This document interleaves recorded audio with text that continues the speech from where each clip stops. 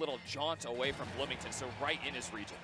Yeah, Trip, competing in the high school bracket that was taking place all of yesterday. I am excited to see how he does in the open, playing against the big boys now. None of that high school, none of that high school camaraderie he was feeling. But the IC's player for sure brings that gumption to the table, and I was very excited to see his play, and we get to see more of it here today. Nice shield right there. You just have to eat all of the side B, but the pressure has just kept on for Trip, following Jertop anywhere he goes. Okay. Gets out with the up B, and a landing fairy is good enough to keep the Icies off. They can be just stifling once they get the pressure going. Dancing Blade keeps the Icies separated once again, but an up B saves Nana. Yeah, you've mentioned it multiple times here, Treasure, but the name of the game against Ice Climbers is separating Popo and Nana, because as a tandem, they are a force that you do not want to reckon with. And Lucina has that falchion that is very good at carving a path between the two climbers, but Trip is so good at keeping them together, whether it be side B to bring them back together or up B, which also brings them back together. So far, they've been going back and forth here. Jertop definitely having a hard time getting in for any extended period of time. Great SDI up and mash to get out of the ice. Oh, as fast as possible. Takes down Nana right after that. And the crowd's feeling good about Lucina here. Just needs one more hit. The backers are going to be a big spacing, like terrifying aspect for Trip right now, because they will just kill Ice Climbers very light, 120%, and Jertop can just happily keep throwing those things out. Yeah, it's funny. The first stock taken of the day isn't even by a player-controlled entity. Nana's the first one to drop, and we have this 1v1 kind of elongating. The Sopo a little bit, it's like one of the worst characters you could possibly have in the game without that other climber. As you can see, no recovery, no options, but we're moving on to stock 2 for Trip. A lot of percentage here still on Jertop already, so not hard to fish for an option. I mean, those hammers hit like a truck, so up there definitely takes it away. Back to dead even on our second stock. Jertop's had a hard time finding multiple consecutive hits in a row. Dancing Blade's nice, but it's really just one hit on its own. Oh, here's Lena right on top of the Ices, can hurt. Yeah, that's the thing, is that you want to kind of press the advantage. It's super fast game in Smash Ultimate. You want to press forward, but the issue is when you do that against the ICs, you put yourself in perilous danger, possibly losing your stock off of one bad miscue. So Jertop is going to have to watch out for that.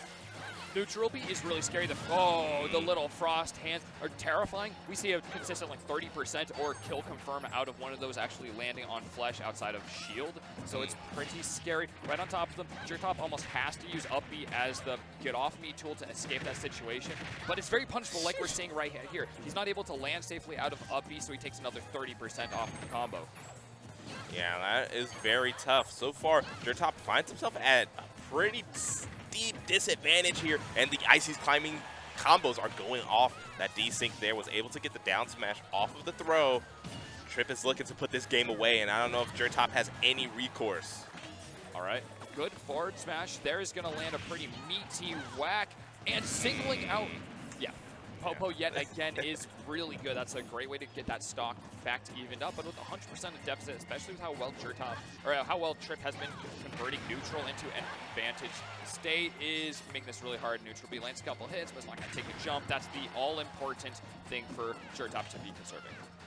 Yeah, I saw a little bit of a desync movement there. Gets Sopo in the area to punish that aerial. The up smash brings us to game 2. A very competitive game 1. You could see both players trying to play the matchup to their best ability.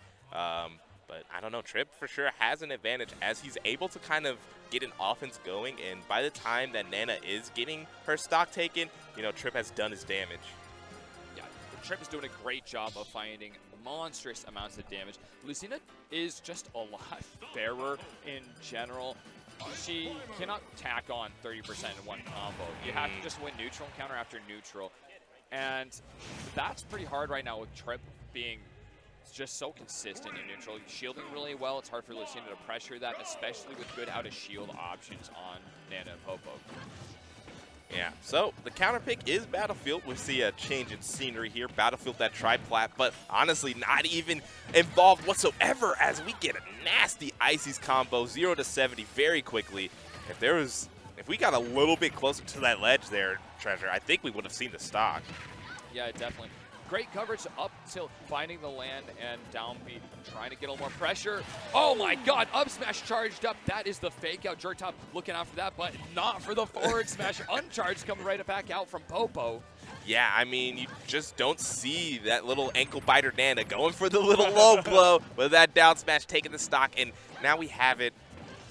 Jertop, you know, down a stock and a little bit razzled because got taken, you know, on a ride by these icy combos. Yeah, basically a full stock behind right now. Finds the opportunity to punish Popo, but not finding a ton of damage. A little distracted by Nana. I'm unsure which one he should really be attacking so heavily. Takes a moment in the corner and a big call out with F smash. Just Popo and another F smash cleans up the stock. That's exactly what Jertop needs once again. But playing from behind is going to be pretty rough. This is best of 3, so at this point it is match point in favor of Trip. The spike doesn't go off, but that's a lot of damage. Another meaty whack from an up air comes out as well. Yeah, and it just takes one more hit, and that's the issue with fighting ices. If you're going to hit one climber, you got to be ready to get hit by the other. Get punished on hit by the other climber is always a tough way to go down, but Trip showing you that there are much worse fates. That footstool almost set up a nasty combo starter.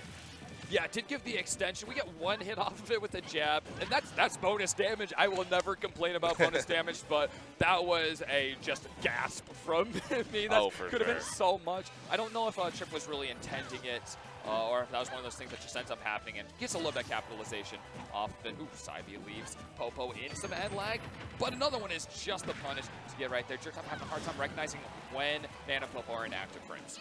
Yeah, I mean, that Squall Hammer, very good about utilizing that move on any of your low end lag moves. You could just kind of spam it out there, and you see Nana trying to chase down Lucina to get revenge, but she cannot exist too long without Popo. We're going to have a last stock scenario. Little reflection back of the Ice Cube.